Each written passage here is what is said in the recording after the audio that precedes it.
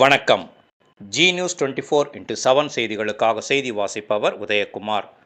சிறுவாபுரி ஸ்ரீ பாலசுப்பிரமணிய சுவாமி திருக்கோவிலில் 29ஆம் ஆண்டு ஸ்ரீ வள்ளி மணவாளன் திருக்கல்யாண மகோற்சவ நிகழ்ச்சி நடைபெற்றது.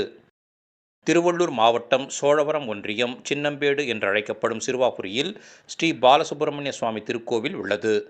மிகவும் பிரசித்தி பெற்ற இக்கோவிலில் வீற்றிருக்கும் வள்ளி மணவாளனை தொடர்ந்து 6 வாரங்கள் வந்து தரிசனம் செய்ய வேண்டும். பின்னர் அர்ச்சனை செய்து கொண்டு மாலையுடன் கோவிலை வலம் வந்தால் திருமணம், பிள்ளைப்பேறு, வேலைவாய்ப்பு உள்ளிட்டவை நிறைவேறும் என்பது பக்தர்களின் நம்பிக்கையாக உள்ளது.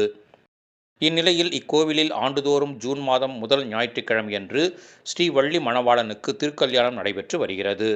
இந்நிலையில் இன்று 29வது ஆண்டாக திருக்கல்யாண மகோற்சவ விழா நடைபெற்றது.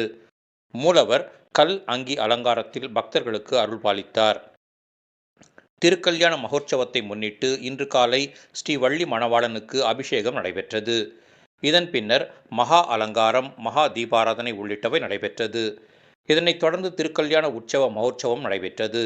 மதியம் ஆனந்தன் குருக்கள் தலைமையில் 10 பேர் கொண்ட வேத விற்பனர்கள் வேத மந்திரங்கள் முழங்க மாங்கல்ய தாரணம் நடைபெற்றது. இதன் பின்னர் மங்கள வாத்தியம் மற்றும் திருக்கைலாய வாத்தியம் முழங்க சுவாமி 6 முறை உள்பிரகார புறப்பாடு நடைபெற்றது. கோவில் வளாகத்தில் அனைத்து பக்தர்களுக்கும் மாபெரும் அன்னதானம் வழங்கும் நிகழ்ச்சி நடைபெற்றது. நிகழ்ச்சிக்கான ஏற்பாடுகளை மயிலை சிறுவாபுரி பிரார்த்தனை குழுவினர் மற்றும் பக்தர்கள் சிறப்பாக செய்திருந்தனர். இந்நிகழ்ச்சியில் சென்னை, காஞ்சிபுரம், திருவள்ளூர் உள்ளிட்ட பல்வேறு மாவட்டங்களைச் சேர்ந்த பல்லாயிரக்கணக்கான பக்தர்கள் கலந்து கொண்டு சாமி தரிசனம் செய்தனர்.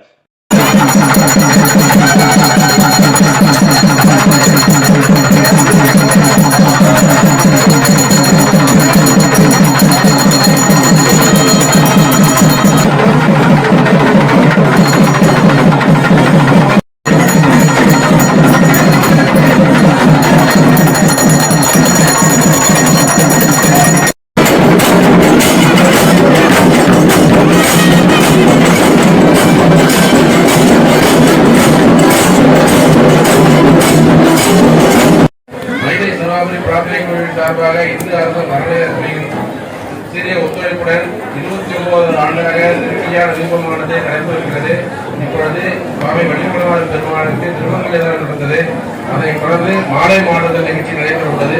மாலை மாடுதல் நிகழ்ச்சி நடந்ததும் கல்யாணத்துக்கு அக்ஷதை போடுவோம். இங்கே வந்து சுவாமி கையில் அக்ஷதை சுற்றி உங்களுக்கு எல்லாரும் ஆசீர்வாதம் போடுவாங்க.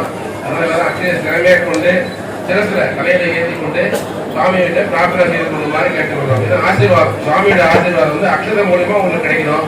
சீக்கிரமா கல்யாணம் ஆகாதவங்களாம் கல்யாணமாகி வரணும். போன வருஷம் திருக்கல்யாணத்தை கலந்து கல்யாணம் முடிஞ்சவங்க அடுத்த வருஷம் இருக்கும்போது தம்பதி வருவது கூட ஒரு குழந்தையோட 1, 2, 3 ஆகி வரணும் அப்படின்னு பிரார்த்தனை செய்து கொள்ளுமாறு உங்கள் அனைவரும் கேட்டுக்கொள்கிறோம். இப்பொழுது மாலை மாடுதல் நிகழ்ச்சி நடைபெற உள்ளது.